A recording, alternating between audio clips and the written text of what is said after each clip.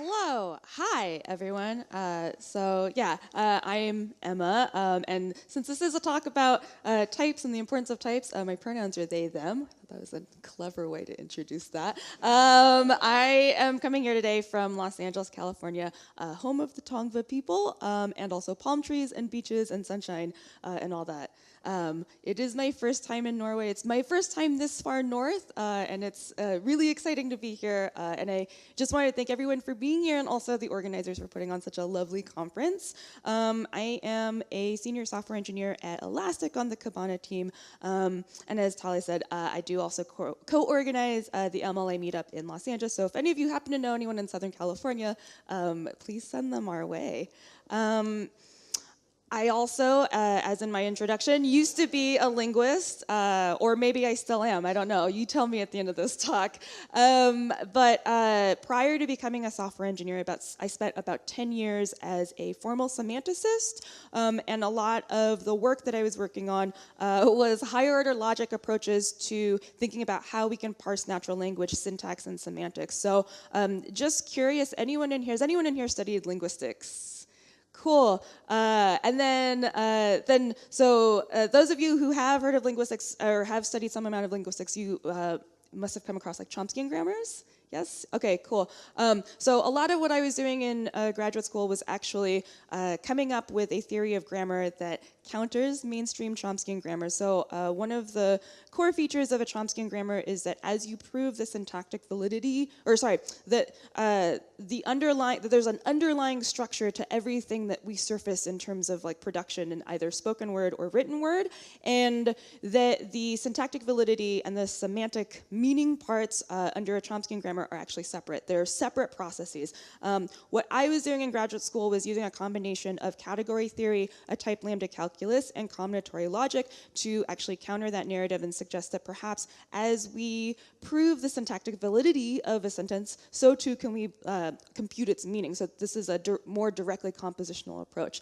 And for those of you who might see some parallels between this and perhaps some of the things that we get to do at Elm, this is actually how I learned about functional programming. So I had no idea about programming at all. I was happily just handwriting proofs, and then a friend of mine who was a computer scientist at this time said, "You do all this stuff with lambdas. Have you heard of functional programming?" And that's how I came to be enthusiastic about functional programming. So today's talk is actually a marriage of my past self and sort of where I am today. And it's really exciting because I realized as I was putting this together, this talk is something like 15 years in the making. And yeah, it's really exciting. So today what we're going to look at is a very small example of a sentence that is missed as sort of amused language nerds or English-speaking language nerds for some time now. And this is the buffalo sentence. So this first appeared in Dmitri Borgmann's book in 1967. And this was the original example of buffalo repeated 8 times. And if you read this, a lot of even native English speakers see this and they're like, this is nonsense. There's no way that this is actually syntactically valid. And even if it were, what the hell could it even mean, right? So the trick to kind of unpacking some of this is to realize that the string buffalo in English, in North American English especially, is ambiguous between 3 types of meanings. One, it can refer to the city, Buffalo, New York, in the US. It can also refer to the animal, so mammals that belong to the subgroup Bovinae, also sometimes known as the bison.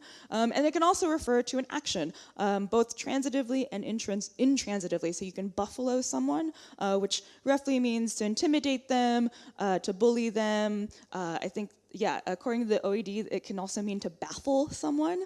And even within these groups of meanings, it's a little bit ambiguous, even what syntactic category these belong to. So for example, buffalo, when it refers to an animal, can either be just the, reference to the actual mammalian group, so the generic noun. It can also refer to just the noun itself, which we can add additional adjectival modifiers to, and this is what gives rise to some of the ways that we can string together some of these things. There's one other thing that comes into play in terms of parsing a Buffalo sentence, and that's the phenomena of what's sometimes called as WH reduction.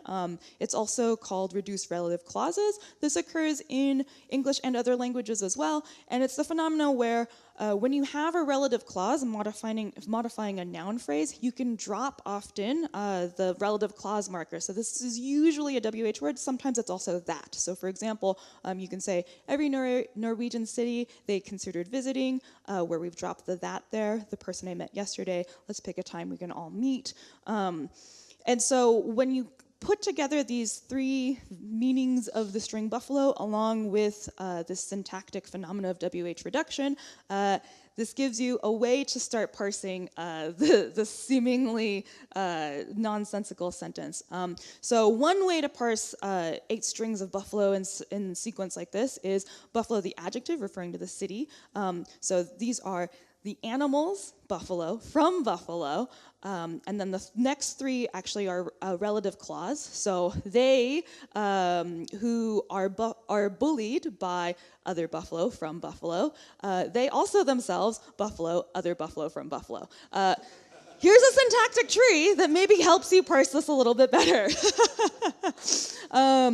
So those of you who remember, sentence diagrams from, primary school, maybe this looks a little bit familiar. But one of the things that I found while explaining the various meanings of the buffalo sentences is that even when you see a syntax tree like this, it's like not completely easy to parse it all together. So my project sort of endeavored to at least give people a way to explore this a little bit further. The other thing that's interesting about buffalo sentences is that this is just one of many ways that you can parse the sentence. So there are actually a few different ways that you can combine these groupings, a few different ways, a few different syntax trees that can be generated from 8 buffaloes in a row, and different semantic meanings as well. And it turns out that for any n greater than 0, there is at least one syntactically valid parsing of a buffalo sentence. So we're going to see a few examples of that. All right, demo time. This is exciting. This is my first time doing a live demo also, so we'll see. Okay, cool. So this is what the project looks like in this current state. I sort of simplified the tree part because I find that being able to read it sort of linearly, it makes it a little bit easier. So let's start with the very simple example of two buffalo strings in a row. So this one's easy. It just yields one valid sentence. And if we hover over the nodes, we can see what this ends up being. So the first, the noun phrase is referring to the group of mammals within the subfamily Bovinae, and then the verb phrase here is the intransitive verb. To buffalo someone, so bully someone, right? And so this sentence ends up meaning the group of mammals within the subfamily Bovinae bully someone. It's the assertion that someone of this class tends to bully someone. But as we'll see, as we increase the number of buffaloes, the number of syntactically valid sentences ends up going up. So buffalo 3 yields 3 valid sentences, 4 yields 4 valid sentences, and then things get a little wonky. So 5 yields 7 valid sentences, 6 yields 10, 7 yields 15. Buffalo 8, which was what we started off with, yields 24 valid sentences, and we can keep going, and it just keeps going up. Yeah, by the time you get to 12, there are like so many different ways to combine the different interpretations of this word. Now, one of the things I noticed is once you start looking at these, like the meaning just like, it just becomes kind of hard to parse, right? And we'll even go back down to like Buffalo 8. Even like unpacking this, it's like, okay, the group of mammals, the common group of animals, they bully some group of animals that bullies. It's just the recursion just sort of makes it really hard to parse what's going on. So I wanted to make it maybe a little bit easier to sort of follow what's going on in these sentences, especially as the number of buffalo strings goes up. And so we have, of course, the language of the internet, emojis. So this makes it a little bit easier, right? So you've got So Buffalo 8, one valid parsing of Buffalo 8 is such that the generic buffalo from North America, they bully the buffalo that also bully the buffalo that also bully someone who is a member of both the class buffalo and is also from New York, Buffalo, New York. They strangely did not have a Buffalo, New York emoji, so I'm somewhat, I'm being a little loose here with the Statue of Liberty as a representation of the geographic location. The other thing that I wanted to be able to look at also was the ways in which we can yield not only valid sentences, but also valid phrases, right? So if we open this up to looking at not just the valid sentences, but all valid syntactic categories that can be generated from a certain number, it goes like way up as well. And then one final thing with the demo, I did mention that that you can find a validly syntactic parsing of any string of any number of Buffalo strings greater than 0. So to prove that, we do have the imperative form where you tell someone to buffalo. Okay.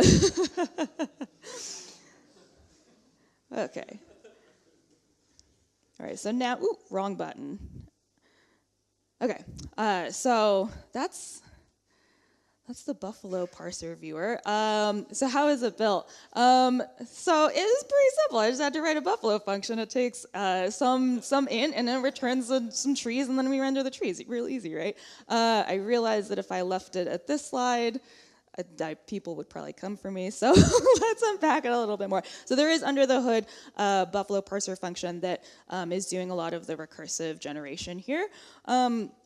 This is somewhat simplified. The final form actually takes a couple of other things so that we can do that expression filtering as well as the generation of different surface forms, so whether you get the long verbose form or the emoji form, but this is sort of the guts of the logic here. So 0 Buffalo has no valid parses. 1 Buffalo, these are all of the individual lexical items, so the noun form, the city form, the noun phrase form, which refers to the entire group of Buffalo, the intransitive verb form, and then the transitive verb. And then for any n greater than 1, we just recursively parse that, and we are calling an expression application function that we'll go into in a second.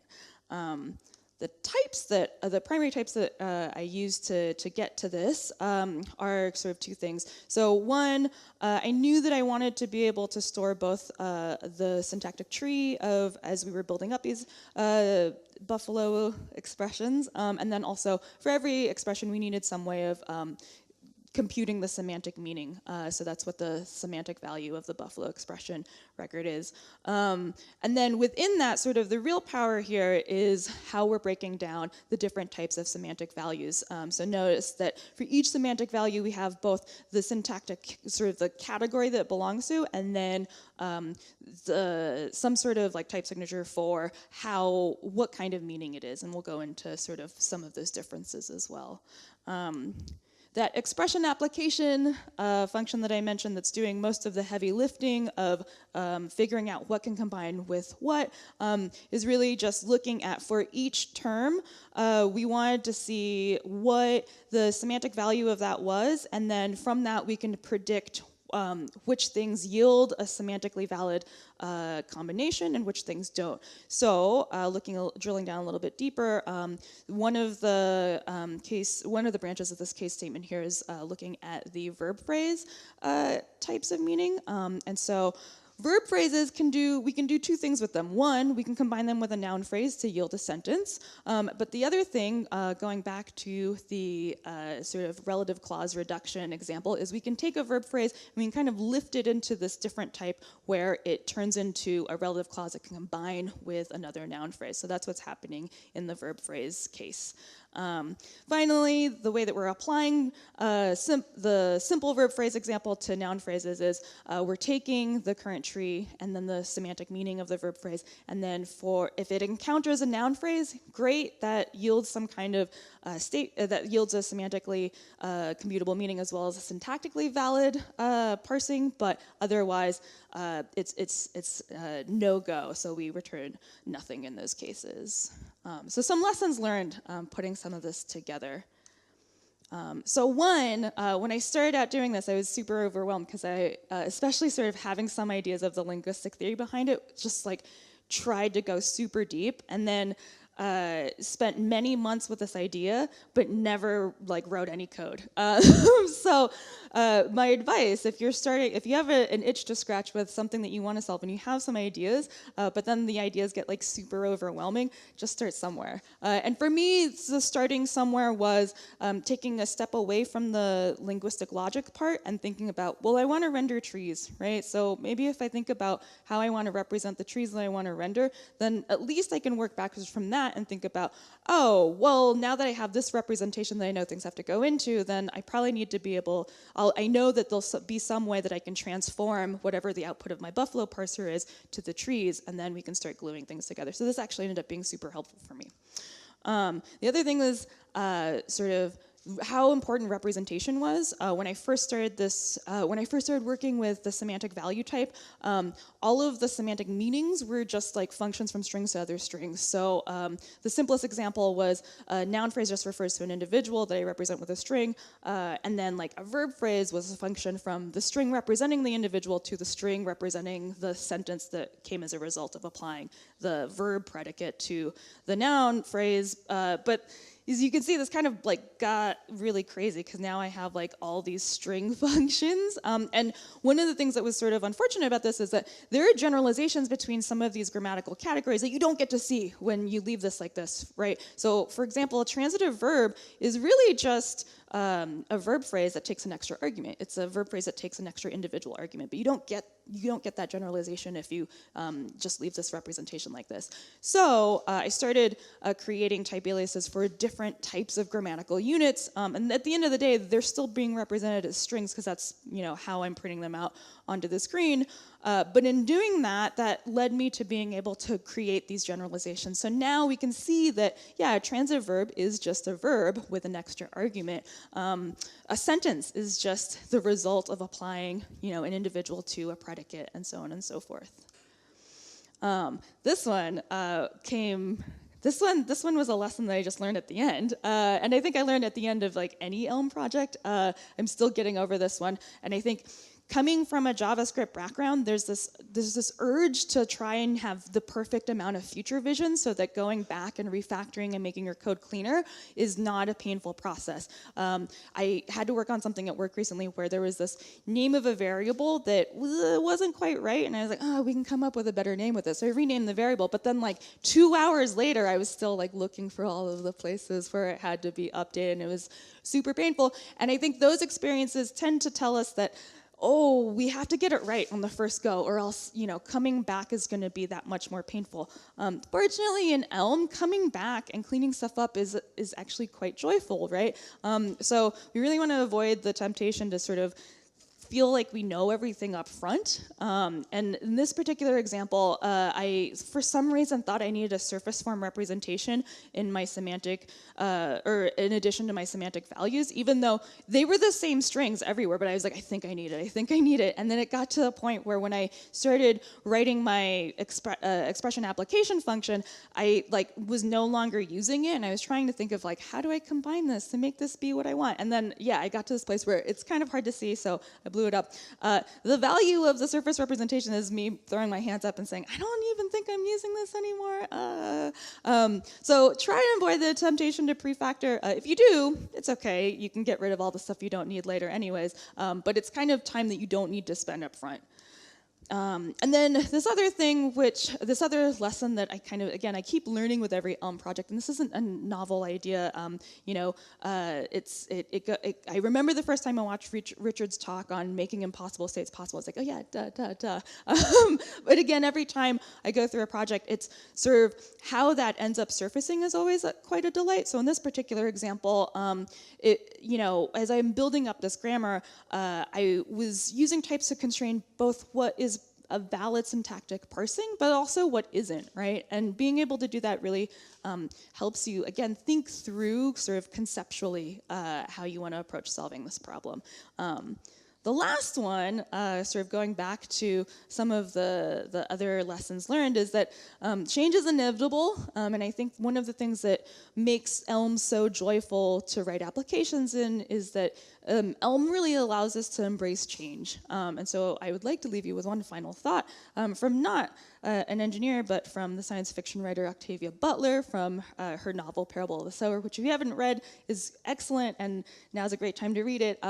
But in one of her chapters, she talks about change as being really important and how the only lasting truth is change, and that all that you change changes you as well. And I've really found this to be true in the course of writing this project. It was incredible that some of these ideas from linguistics I'd known for a while now, but it was really interesting how using Elm to explore some of this gave me the opportunity to kind of unpack some of those ideas and really understand them a lot deeper than I thought I'd understood them previously.